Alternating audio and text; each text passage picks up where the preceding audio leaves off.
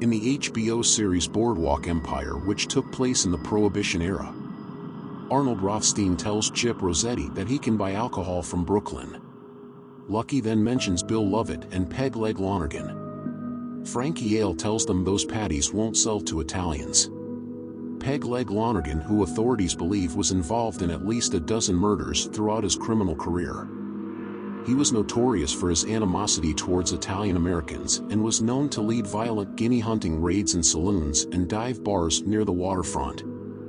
Following the murder of Bill Lovett in 1923, he took over leadership of the White Hand Gang. For the next 2 years, he fought against Frankie Yale for control of the New York waterfront. Richard Lonergan was born in January 1920 to John and Mary Lonergan, one of 13 children in a crime-ridden family.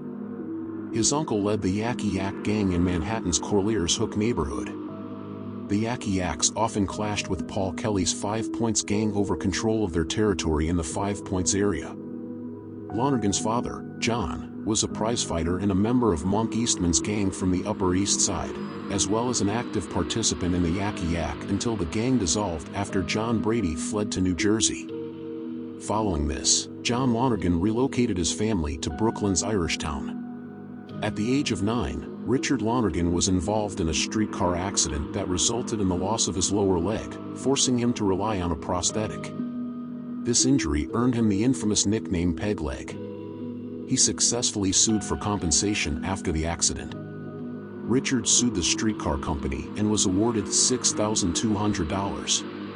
With the settlement, he opened a bicycle shop on Bridge Street, eventually securing a contract to repair bicycles for the New York Telephone Company, which brought in a steady income. His father, John, also worked in the shop but, according to Mrs. Lonergan, contributed little and was seen as a loafer. Stories circulated that a local gangster named Frank Bonanzo frequented the shop and pressured Richard to let him use the store as a front for drug dealing and other illicit activities. It's possible that Bonanzo also attempted to extort money from Richard. Reports say that Richard fought Bonanzo and expelled him from the store. Infuriated, Bonanzo then sent someone to the shop with a stolen bike and tipped off the police, resulting in a raid and Richard's arrest. After Richard was released, Bonanzo returned to the store, leading to a confrontation in which Richard shot Bonanzo in self-defense. Richard told the police that when they met at Tillery Street and Hudson Avenue, Bonanzo had immediately tried to shake him down. Lonergan refused, and Bonanzo drew a gun. In the ensuing struggle, Lonergan managed to shoot Bonanzo in the abdomen in self-defense.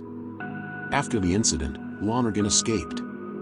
But the police initially arrested Sabino Palumbo, who had been at odds with Bonanzo over criminal proceeds. It was only later that the police arrested Lonergan. Despite Lonergan's claim of self-defense, the police contested his plea, leading to Lonergan being sentenced to a year in the workhouse. During his time there, Lonergan befriended Eddie Lynch. Eddie Lynch, a member of Bill Lovett's gang, introduced Lonergan to Lovett, and Lonergan quickly became a trusted and vital lieutenant for Lovett. He was often there to bail Lovett out when needed or to face arrests together. Lovett eventually fell in love with Lonergan's sister, Anna, who had visited him at the police station during their detainment, and they later married. Richard's father, John Lonergan, was a violent and abusive drunk who regularly mistreated his wife and children. Richard was the primary breadwinner, while his younger sister Helen contributed $11 a week from her job at a department store. Despite their efforts, this was insufficient to support the large family, particularly with their father's constant drinking. Mary Lonergan, Richard's mother, endured frequent beatings, including an incident where John broke her arm and another where he split her head open. During the investigation, Richard Lonergan arrived at the police station to confess to shooting his father, but his confession was rejected since Mary Lonergan had already confessed to the crime. At the same time, Bill Lovett was detained for violating the Sullivan Act after police raided a restaurant where Lovett and his men were drinking. Lovett was allegedly seen throwing a gun, which was found near his seat. Mary Lonergan was eventually acquitted of her husband's murder, and Lovett was released on $5,000 bail for the gun charge. On the day of his release in July 1923, Lovett married Anna Lonergan. Later that year, Richard Lonergan received a 3-month sentence along with some of his men for disorderly conduct following a police raid on a bungalow in Coney Island. By the end of 1923, Bill Lovett was murdered. After Bill Lovett's death, leadership of the White Hand Gang passed to his friend and brother-in-law, Richard "Pegleg" Lonergan. Under Lonergan's command, the gang shifted focus. While Denny Meehan had concentrated the gang's activities on the Brooklyn docks, Lonergan expanded into bootlegging while maintaining control over the dock rackets. Lonergan further emphasized bootlegging as the gang's main source of income but continued to keep a hand in the dock operations as well. Under Lonergan's leadership, the gang shifted its focus more towards bootlegging, though gang-related violence continued. Police suspected that some men at the docks were trying to take Lonergan's place. John Travers was murdered at the corner of John and J Streets, and 3 men, including Mattie Martin, were arrested for the crime. Martin, who married Anna Lonergan 8 months after Lovett's death, became more prominent in the gang. Big Ed Gilchrist, another man believed to be muscling in on the waterfront operations, was shot in 1924 by unidentified gunmen. He managed to discard his weapon before crawling outside, but the witnesses left before the police arrived. Gilchrist refused to identify his attackers, claiming he would handle it himself. Lonergan and George Smitty Wallace were arrested in 1925 after police raided a house where they and their gang were gathered. Police found Wallace with a gun and Lonergan with 4 loaded revolvers.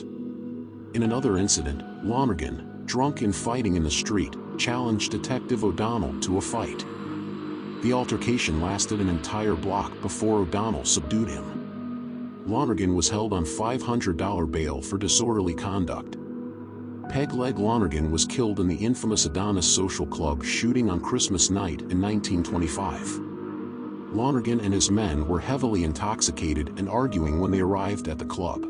According to witnesses Alice Callahan and Mae Wilson, who saw the incident unfold, the shooting began after a confrontation between Lonergan's group and 4 Italians at a nearby table. When the shooting ended, Lonergan and Aaron Harms were found dead inside the club, while Needles Ferry was found dead outside. James Hart, who was wounded, claimed he was shot by a passing car, but witnesses identified him as part of the incident. Patrick Maloney and Joseph Howard were also identified and arrested.